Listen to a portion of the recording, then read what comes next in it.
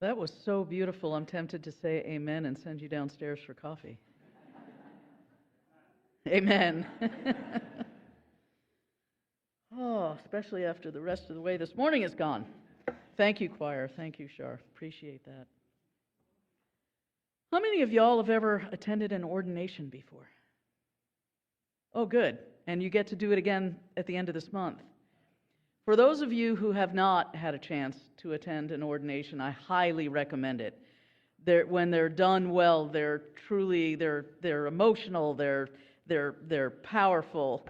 Last month, I had an opportunity to welcome my newest colleague into the fold, the Reverend Savna Scott, up at the Unitarian-Universalist congregation in Nashua, and there was a name change that was done at the beginning of it, and then an ordination, and when it was over, I looked down at my watch, and we had been there for over 2 hours. Most ordinations aren't that long. Never had any idea of how long it was. It was that good. And the topping on the cake was that the preacher that day was Reverend Fred Small. Anybody know Fred? Ever heard him preach? Whew. Talk about needing seatbelts in the pews and crash helmets in the narthex. He is really quite something extraordinary. And he began his sermon with a story about a tree, an ancient oak, one that had stood for hundreds of years. But as the story goes, the tree grew beside a building whose owner wanted to expand, and the tree was in the way of the expansion. Now, a man who was local to the town was horrified at the thought of losing the great tree, and so he began to act. He wrote letters to the owner and to town officials. He made phone calls. He showed up. He protested on the town common, and over time, his passion was so great that he drew others in, and a small movement formed to save the precious tree. But those with the power to stop the cutting weren't listening. And so the man grew angry. And his letters over time began to reflect that anger. His appearances before the select board carried a new edge. His phone calls became sharp, acerbic. And slowly those who had once stood beside him began to fall away until, in the end, his outrage, however righteous, consumed him. And sadly, the tree was cut down. Thomas Merton, a Trappist monk, writer, and spiritual teacher, offered some words more than 50 years ago in Conjectures of a Guilty Bystander. And I think those words are no less true today in our time than they were in Thomas's. He wrote, "There is a pervasive form of modern violence to which the idealist most easily succumbs: activism and overwork. The rush and pressure of modern life are a form, perhaps the most common form, of its innate violence. To allow oneself to be carried away by a multitude of conflicting concerns, to surrender to too many demands, to commit oneself to too many projects, to want to help everyone and everything, is to succumb to violence. The frenzy of the activist neutralizes their work. It destroys the fruitfulness of their work because it kills the root of inner wisdom, which makes the work fruitful." Is it just me? Or does anyone else see themselves called out in that passage? Because we too are living in a moment when the things we love, things we thought were rooted and enduring, feel suddenly fragile. We're watching in real time as harm is done to our neighbors, as immigrants are targeted and dehumanized, as the fragile fabric of democracy is stretched and strained, and as basic decency, the simple call to communicate with one another respectfully, so often feels like a relic from times past. And many of us are responding just as that man in the story did. We are paying attention. We are speaking out. We are writing letters. We're making calls. We're showing up where and when we can. And thanks be to God that we are. But yet, there are moments, many of them, when it in fact feels like no one is listening.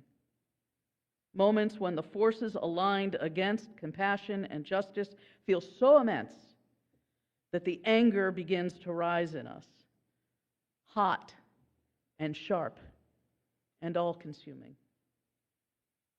And here's the hard truth. That anger isn't wrong.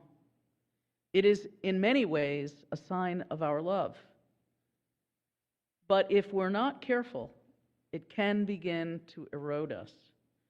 It can pull us out of ourselves, disconnect us from one another, and slowly drain the very wisdom and steadiness we need to remain in the work for the long haul. And make no mistake about it, this is a marathon.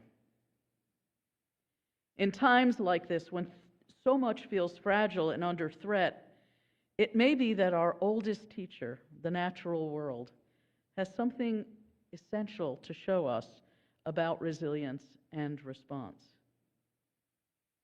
Let's consider the trees, since that's where we began this morning.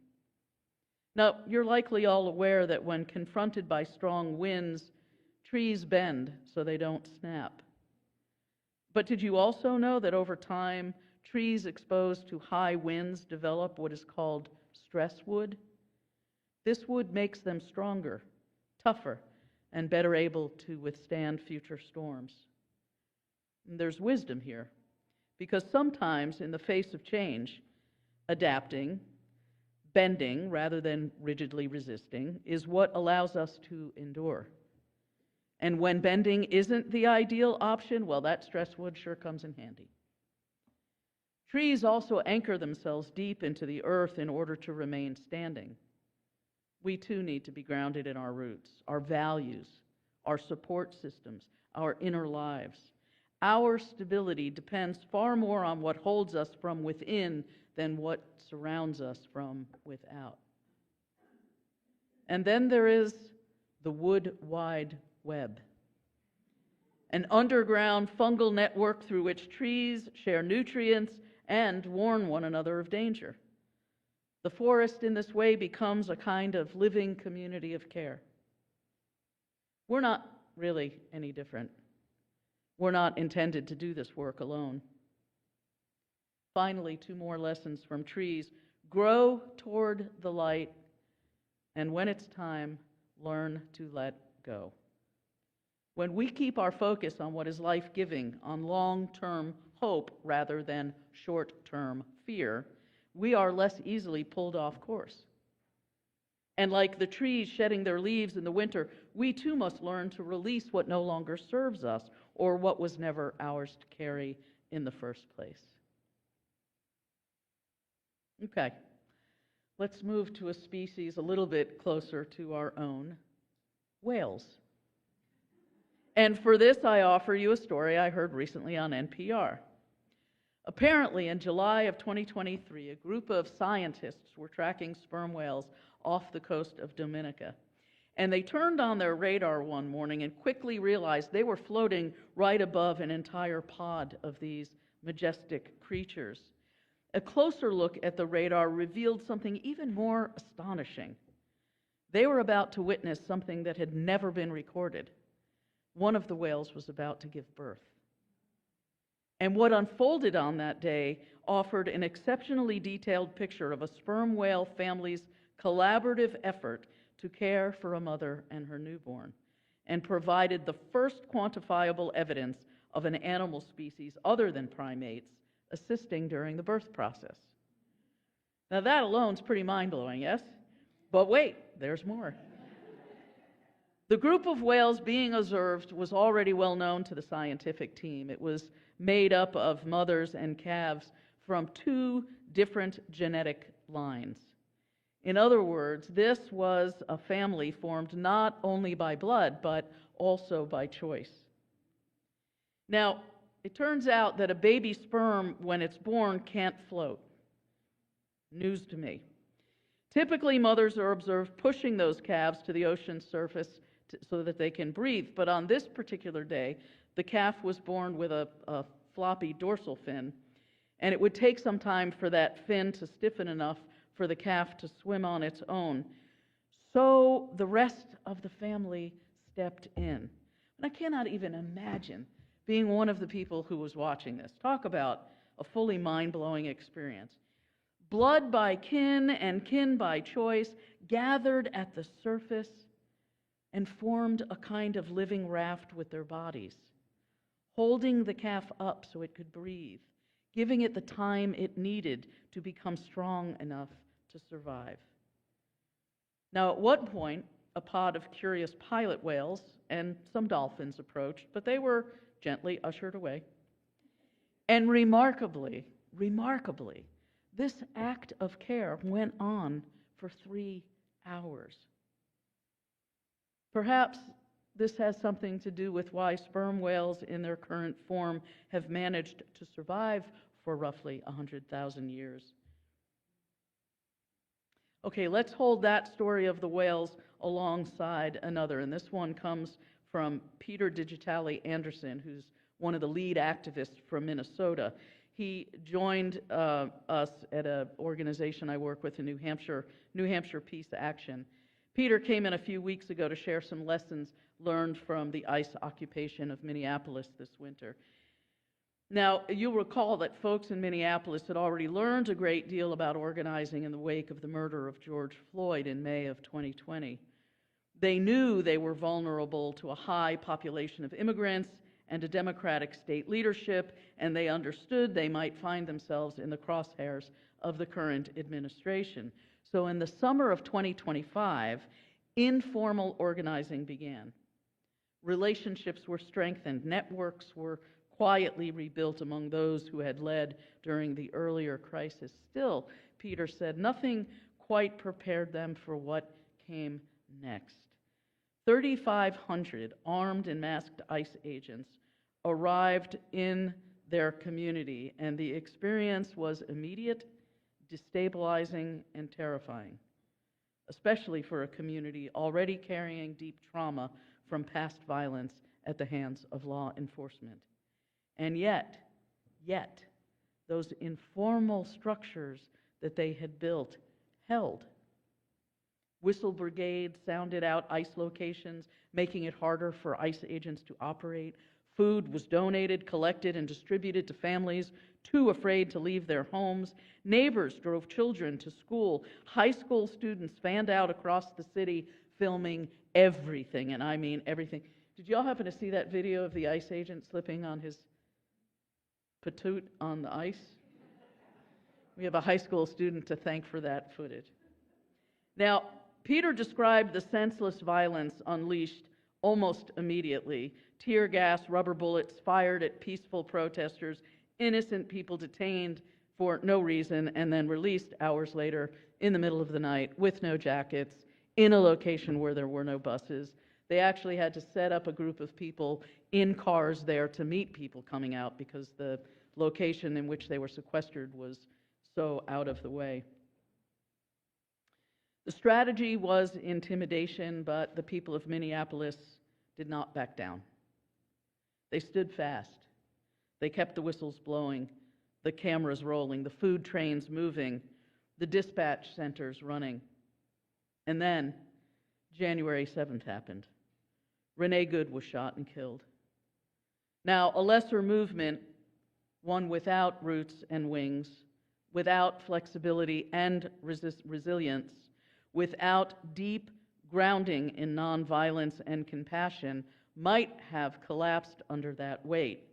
But Minneapolis was not a lesser movement. And then again on January 24th, just over 2 weeks later, Alex Preddy was shot and killed less than 2 miles from where agents had fired on Good. From afar, I was in Florida at the time, it was shocking. But can you imagine what it must have felt like to be on those streets? As I was preparing for this service, I kept returning to one particular moment in Peter's story.